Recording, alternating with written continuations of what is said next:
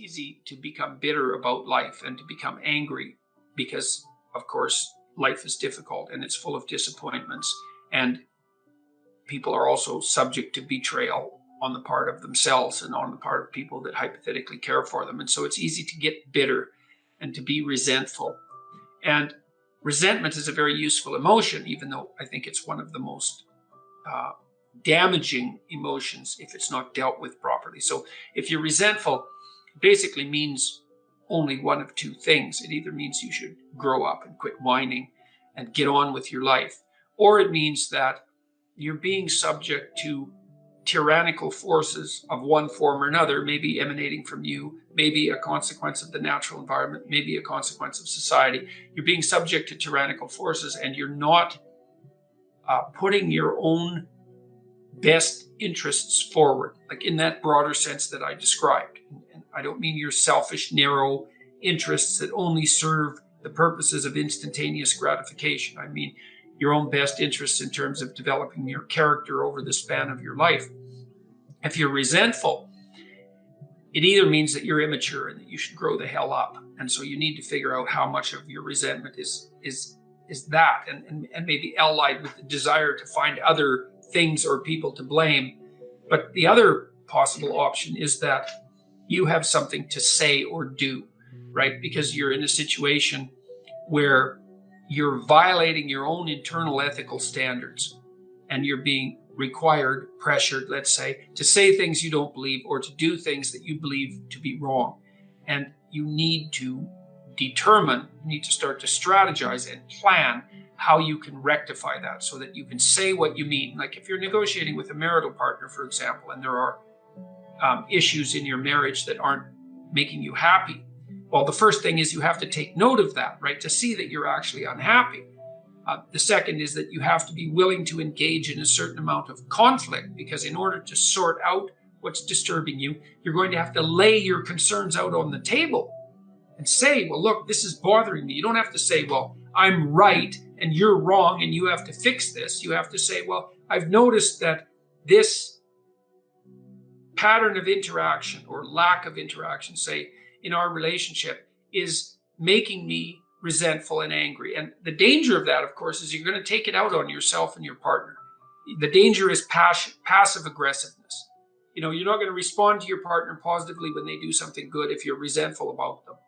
And you're not going to respond to yourself properly. And so you have to lay it out on the table, but sort of in a spirit of ignorant humility. It's like, look, I'm frustrated. I'm feeling this way about our relationship. Here's what I think might be going wrong, maybe on my part and maybe on your part. And here's what I envision as a possible solution. That's also really necessary if you're going to say what you have to say, which is to manifest yourself properly in the world. Is you can't just complain about what's wrong. You have to think, well, what would my minimal preconditions for satisfaction be? You have to offer that to the person that you're negotiating with. And so then you learn to abide by the truth to the degree that you can do that. And no one does it perfectly, you know, but it's very useful because you're not storing up a whole sequence of memories about how you were unfairly treated and abused and betrayed. Instead, you're trying to stay on top of it and to note your unhappiness and dissatisfaction when it manifests itself, and to accept that that's the case, and then to analyze that to see if it's your problem, like I said, with regards to maturity, or if it indicates that there's an injustice in the manner in which you and the world are interacting, and then to work to set that right, even in small ways. And so it's a matter of characterological development, and that makes you stronger over time. You can't straighten yourself out merely as a consequence of hope. Let's say you lay out a vision for the future and you think about what your life would be, what you'd like your life to be like. And then that makes you hopeful and it motivates you because it gives you something worthwhile and higher order to work for, right? And that's useful. That's positive emotion working for you, because positive emotion is experienced in relationship to goals. But it's not as useful as also being chased by something you're terrified by. And if you have a good sense of how you'd fall apart if you stayed weak and just exactly what kind of hell that would be, then when you determine to do something, like to tell the truth and to say what you think and to not do things that you hate, then you're going to be pulled along by the purpose that your vision has provided for you, but also pushed along by your desire to avoid the worst forms of hell that you've already outlined for yourself personally.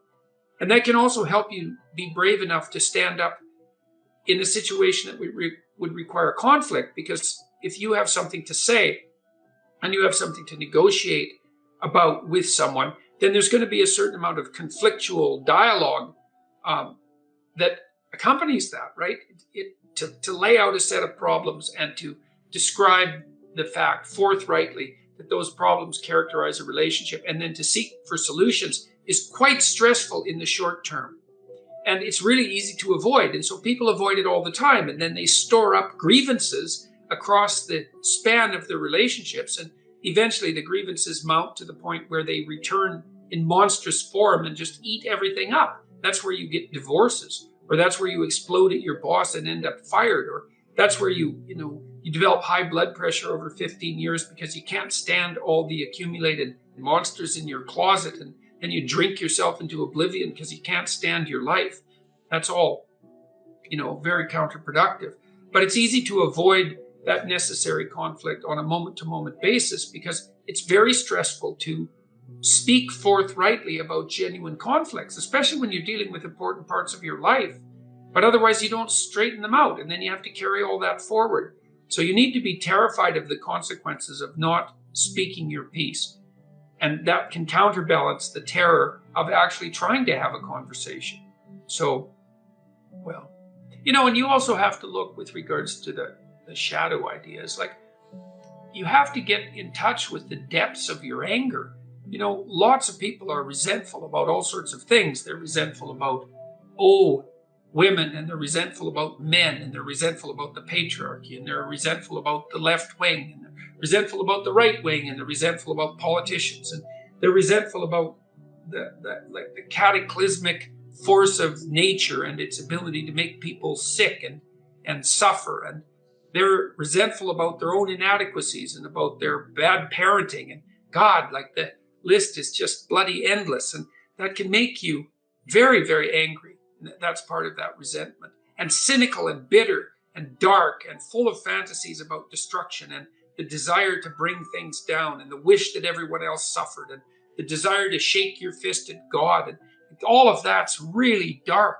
Jung said, well, the human shadow extends all the way down to hell. And he really meant that, because all the terrible things that people are motivated to do are associated with that shadow domain. And like, none of you are saints in any likelihood. You have a terrible capacity for destructiveness. And when you start to consult your resentment and to see how angry you are, it can terrify you to see the depths of that anger. Sometimes that'll manifest itself in very destructive fantasies, which you might not want to become conscious of because they're so brutal, let's say, and so aggressive that you can't even believe that you generate them, the nice person that's you.